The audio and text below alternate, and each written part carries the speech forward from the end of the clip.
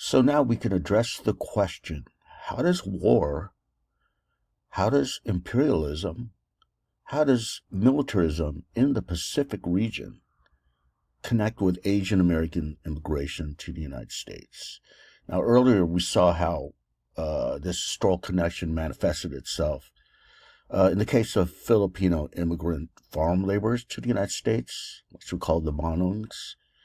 And if you did some of the response papers, we talked about Korean adoptees, and later we'll talk about Korean immigration, and that is a direct connection to the Korean War.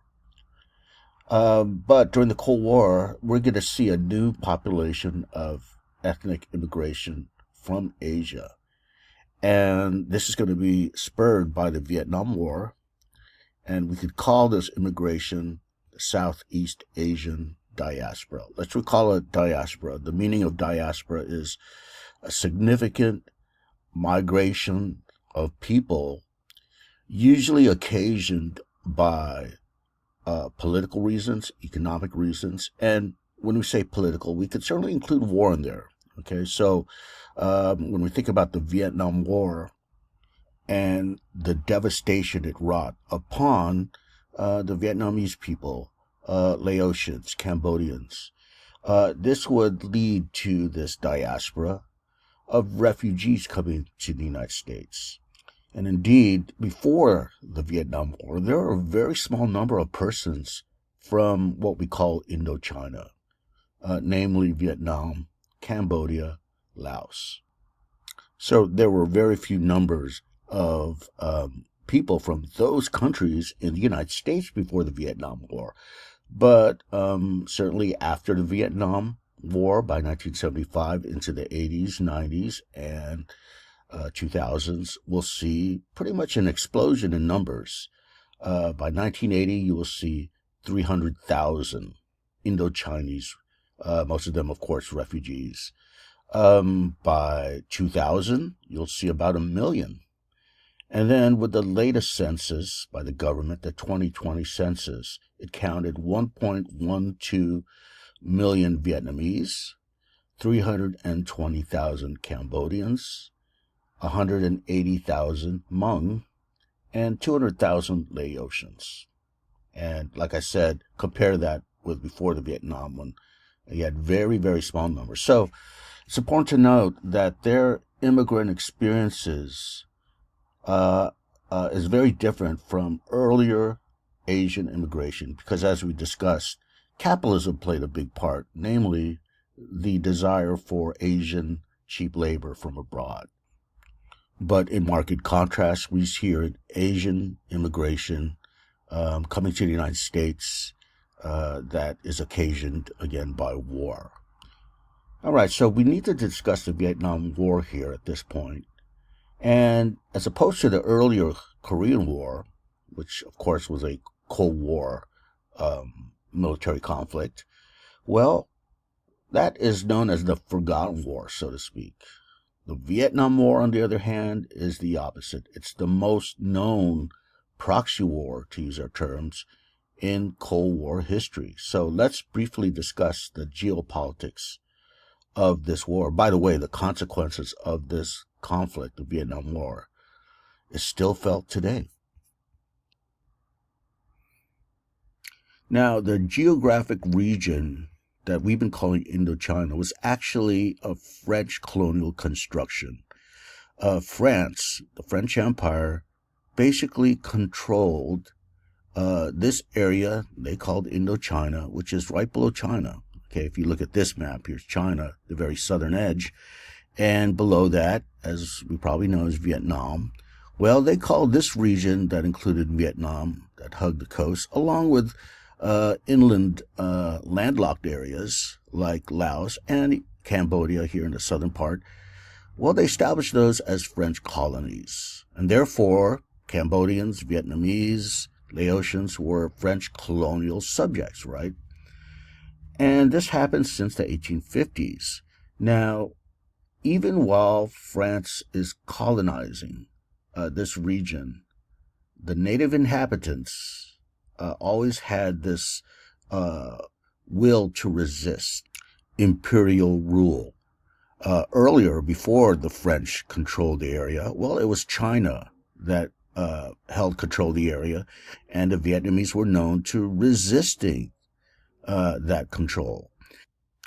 Now, with the onset of French rule, you're going to see that same will to resist. And needless to say, later with U.S. control, you're going to see that will to resist. Okay, it's almost as if it runs in the blood, so to speak, of the Vietnamese to resist imperial rule.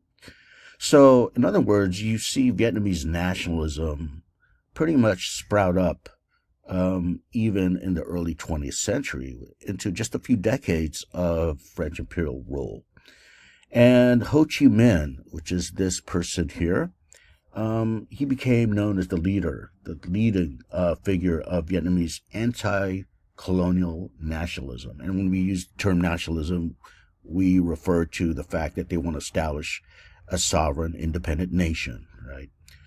Okay, so Ho Chi Minh is the leading nationalist, and he petitions for the Vietnamese to gain sovereignty from French rule, even with the end of World War One. There was a treaty that was negotiated at this time to end World War One in Versailles, France, and Ho Chi Minh was there, and he petitioned for Vietnamese sovereignty with all the leading major powers at the time convening. Well, Ho Chi Minh was roundly ignored and rejected.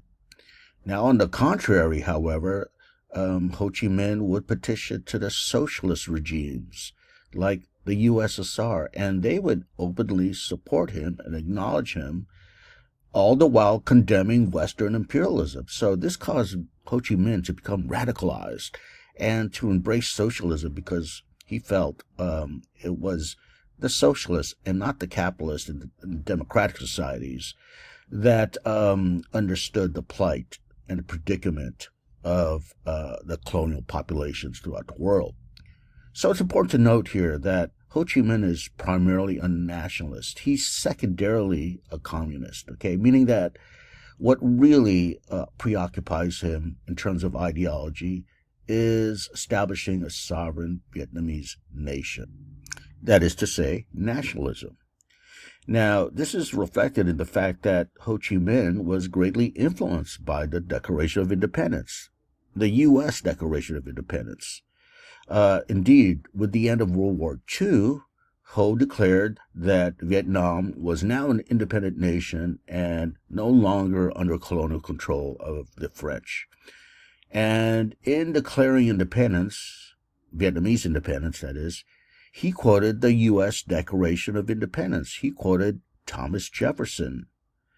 Of course, France, even though it's, affected by World War II, well, France scoffs at Ho Chi Minh, right? And indeed, a guerrilla war was therefore undertaken by the Vietnamese against French rule. And during this struggle of the Vietnamese guerrillas against French rule, the U.S. provides aid, military aid to France. Why would they do this, by the way, by this time after World War II? Well, it's because, again, the Cold War, containment, domino theory, right? If Indochina falls, well, they see all of Asia as falling after due to the domino theory that practically everyone believed at that time. Now, a decisive battle here, as indicated in the slide here, is this Battle of Dien Bien Phu. And here is where you see the final defeat of the French military in Vietnam, okay? It was an utter embarrassment to the French military forces in Vietnam because they were, to be frank, arrogant. They didn't believe that this peasant army would, defeat the French, right? But that's indeed what happened in this famous battle of Dien Bien Phu. And just to let you know, they were defeated by the Ho Chi Minh-led anti-colonial forces. They call themselves the Viet Minh. So this leads to the French Empire, if you could call it an empire by this time, okay? It's really a collapsing empire. And in fact, the surrender of its troops meant that the French would give up its colonial territories in Indochina, and this marked the end of the, quote, French Empire. Okay? All right, so it's important to note this at this juncture. The United States should have seen this, should have interpreted it, the defeat of the French at Dien Bien Phu, as the end of European imperial rule. But they did not interpret it as that. Instead, they perceived it or interpreted it through Cold War lens. That is to say, the United States interpreted defeat of the French as a defeat of a first world nation, to use the term, the Cold War, taxonomy of the globe. They saw it as a defeat of a first world nation by a socialist nation. Okay, and therefore, what's going to happen upon that defeat? Well, the domino theory argues that it's going to lead to the spread of communism, socialism throughout the entire Asian region. Other countries in Southeast Asia would eventually succumb to socialism according to the domino theory. Okay, so therefore, the U.S. Found this as unacceptable. It basically means that the United States is going to step in once the French leave this region of Asia. But what happens here with the retreat of France is the Geneva Accords. Basically, you have this attempt to diplomatically solve this Indochina conflict. You had the major powers, convene and intervene to determine Vietnam's political future. So you see external intervention here in deciding the political fate of Vietnam, right? And the Geneva Accords proposes that the country be divided into North and South. Okay, North Vietnam and South Vietnam. Very similar to what happened during the Korean conflict. And this would be divided at the 17th parallel, as indicated here in the slide. All right. And what they said is, okay, the North could be controlled by the socialists under Ho Chi Minh. The South will be controlled by the United States and, the first world, the free world, so to speak. And then Vietnam as a whole, North and South, will have a free election to decide upon the political fate of Vietnam. Should it be communist or should it be democratic, right? This could happen 2 years hence, after the Geneva Accords. Okay, so that was the agreement. Hence, the formation of South Vietnam and North Vietnam in 1954. But let's think about this from Ho Chi Minh's perspective. In fact, why would Ho Chi Minh accept this agreement to divide Vietnam into North and South when he wants a united Vietnam? Well, Ho Chi Minh was confident that the Vietnamese people would indeed elect a communist leader. Ho Chi Minh was very charismatic, that he had widespread popular appeal, and therefore he felt comfortable in the fact that the election would be steered in the way of the communist and, quote unquote, North Vietnam, right? Therefore, he concedes to the Geneva Accords agreement. Now, right after this, in 1954, the United States inserts its patron-client regime in the region, okay, to use our term. And the client ruler, in this case, the client political figure here would be Ngo Dien Diem. And we'll discuss the Diem regime with the next slide.